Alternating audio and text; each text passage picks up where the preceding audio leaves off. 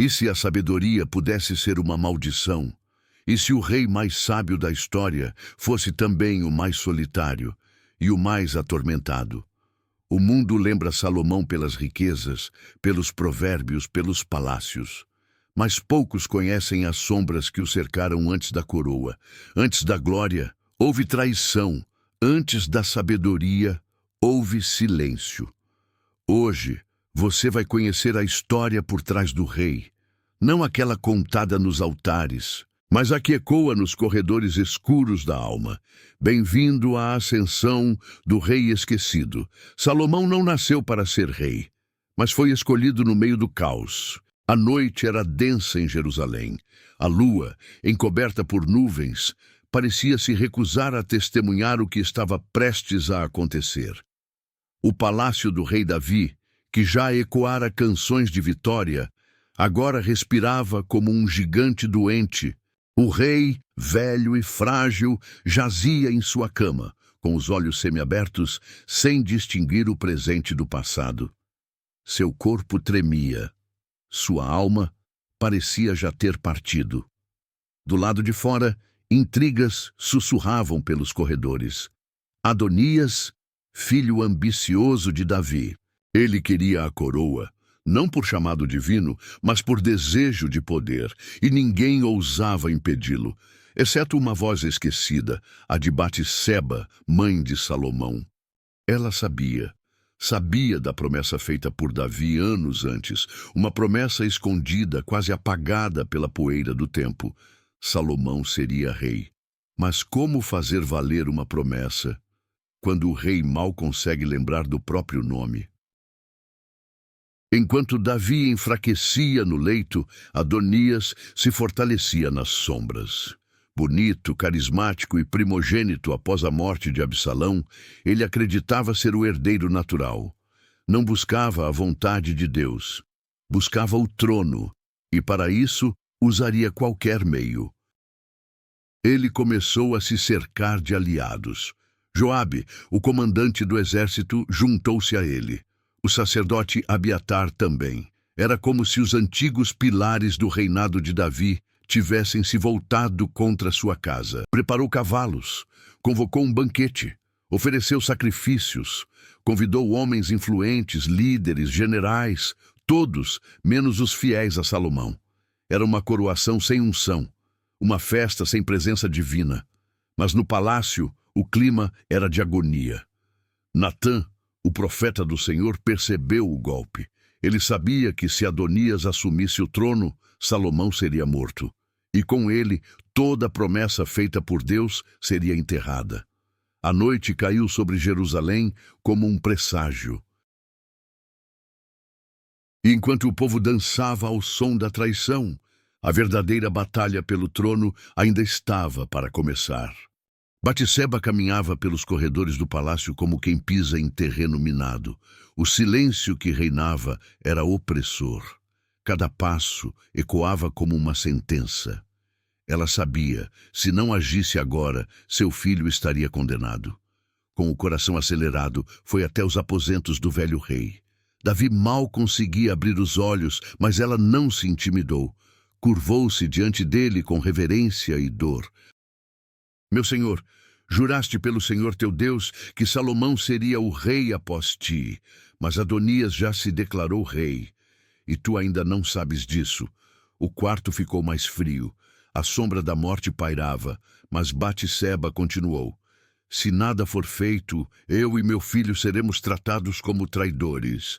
Seremos mortos quando Adonias assumir o trono de vez. Logo depois, o profeta Natã entrou e confirmou cada palavra. Ele falou com firmeza, mas com sabedoria. Davi, mesmo debilitado, sentiu o peso das palavras. Seus olhos arderam de memória. Lembrou-se da promessa feita a Deus e a Salomão. O tempo estava se esgotando. Se Adonias fosse coroado, o destino de Israel mudaria. A linhagem da promessa seria corrompida. Era hora do rei agir, uma última vez. Davi reuniu as últimas forças.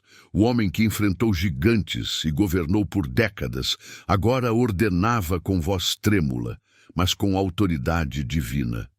Ele chamou Zadok, o verdadeiro sacerdote, o profeta Natã e Benaia, chefe da guarda. Tomem meu filho Salomão, façam-no montar minha própria mula, levem-no até Giom. Lá unjam-no como rei sobre Israel, e depois toquem a trombeta. Viva o rei Salomão! Não havia tempo para a cerimônia. A ameaça estava viva e a urgência se tornou sagrada. O som dos passos apressados ecoou nas ruas de Jerusalém. Salomão, ainda jovem, não compreendia totalmente o peso que estava sobre ele, mas confiava e foi obediente. No vale de Giom, Zadok derramou o óleo da unção sobre a cabeça do jovem. Era o mesmo óleo usado para ungir sacerdotes e reis, símbolo do Espírito de Deus. O céu parecia observar em silêncio.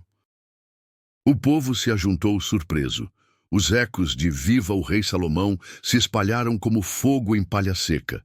O verdadeiro rei havia sido ungido. No banquete de Adonias, a música parou. O vinho amargou. Os convidados se entreolharam em pânico. O usurpador soube ali que o céu não estava do seu lado. O vento mudou em Jerusalém. Onde antes havia dúvida e divisão, agora ecoava o nome de um novo rei, Salomão. Mas a unção não eliminava os perigos, apenas os expunha. Adonias, ao saber que Salomão havia sido coroado com o apoio do rei Davi, do profeta e do sacerdote, ficou paralisado.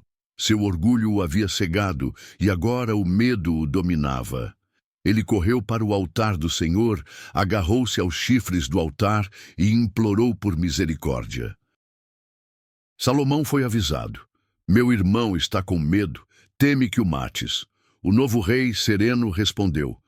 Se ele se mostrar um homem justo, nem um fio de cabelo cairá de sua cabeça. Mas se houver maldade nele, morrerá. Era um julgamento sem espada, mas com discernimento. O jovem rei mostrava que sua força viria da sabedoria, não da violência. Mas o trono ainda estava cercado de sombras. Joabe, o velho general, e outros conspiradores ainda respiravam. O reinado de Salomão estava apenas começando, e cada decisão agora pesaria não apenas sobre Israel, mas sobre os séculos que viriam. Dias depois, o palácio estava em silêncio. Mas não era um silêncio de paz, era um silêncio de tensão. Adonias, que havia sido poupado por Salomão, apareceu com um pedido estranho. Ele não foi até o rei.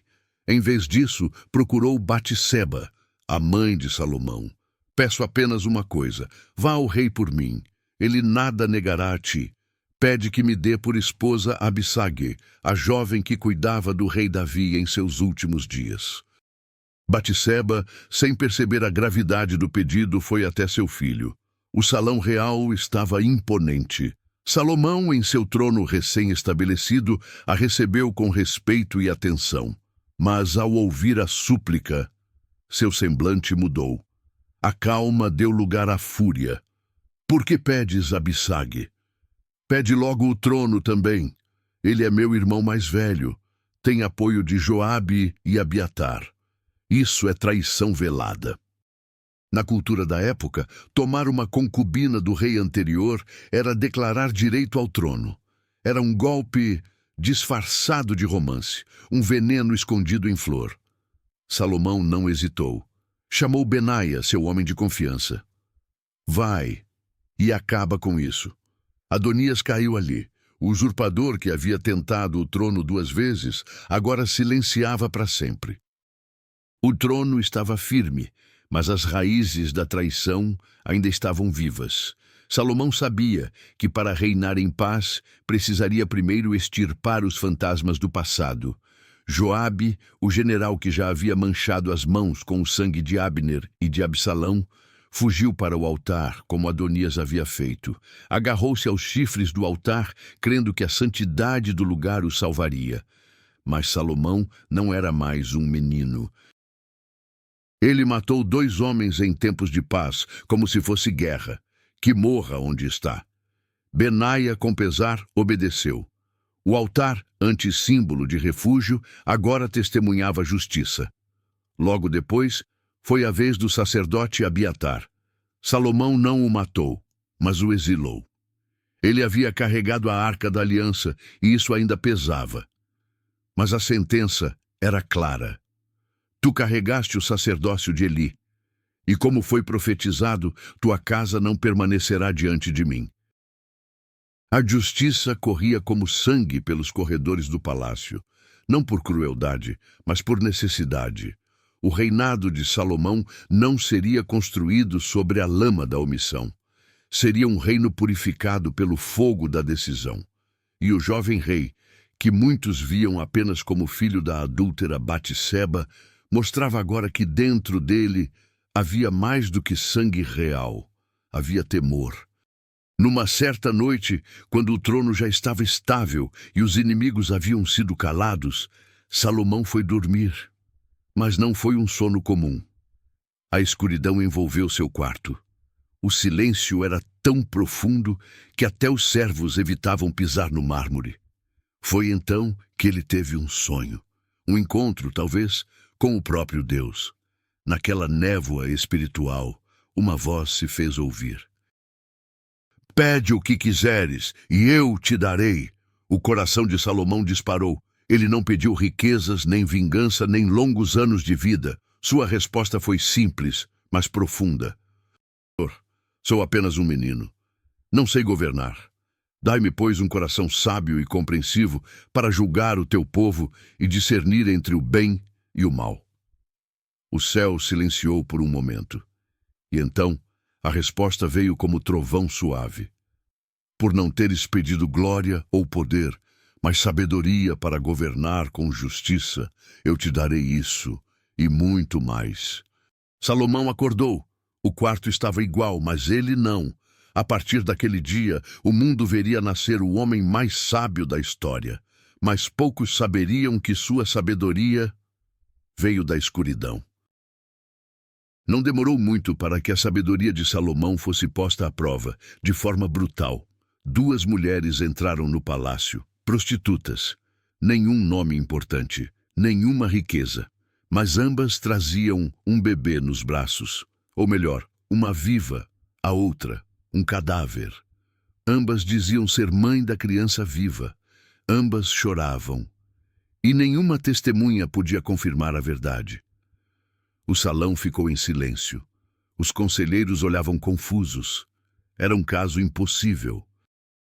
Salomão desceu do trono, caminhou entre elas, olhou nos olhos de cada uma e então falou com frieza. Tragam-me uma espada, cortem a criança ao meio, cada uma fica com uma parte. Houve um choque no salão. O sangue congelou. Uma das mulheres caiu de joelhos. Não, deem o bebê a ela, mas por favor não o matem. A outra, com o olhar frio, disse: nem meu, nem teu, que seja dividido. Salomão então apontou: a verdadeira mãe é aquela que preferiu perder o filho a vê-lo morrer. Entreguem a criança a ela. A justiça havia sido feita, mas de forma diferente. Não pela força, não pela espada, mas pela sabedoria que corta mais fundo que qualquer lâmina. E naquele dia, todo Israel temeu o rei. Com o passar dos anos, Salomão construiu um império como o mundo nunca viu. Ergueu o templo do Senhor com ouro puro e pedras preciosas. Seus salões refletiam a glória do céu. Reis de nações distantes vinham ouvir sua sabedoria, e a fama de seu nome ecoava pelos desertos, montanhas e mares. Mas, com toda luz, vieram também as sombras. O homem que começou pedindo sabedoria passou a se perder em alianças, riquezas e mulheres estrangeiras, milhares de cavalos, 1000 esposas, 1000 templos pagãos. O coração do rei, antes puro, agora se fragmentava. Ele escreveu Provérbios, mas também escreveu Eclesiastes, o grito de quem provou de tudo e ainda assim se sentiu vazio. No fim de sua vida, Salomão não era mais o jovem rei ungido com óleo puro. Era um velho cansado, cercado por ouro, mas sem paz. Mesmo assim, Deus não rasgou a promessa. Por amor a Davi, o trono não seria tirado enquanto ele vivesse, mas após sua morte, o reino se dividiria. A ferida que Salomão abriu com suas escolhas sangraria por gerações. Salomão morreu. Como viveu, cercado por grandeza, mas vigiado por sombras. E sua história é um lembrete sombrio de que até a maior sabedoria pode se perder quando o coração se afasta da voz de Deus.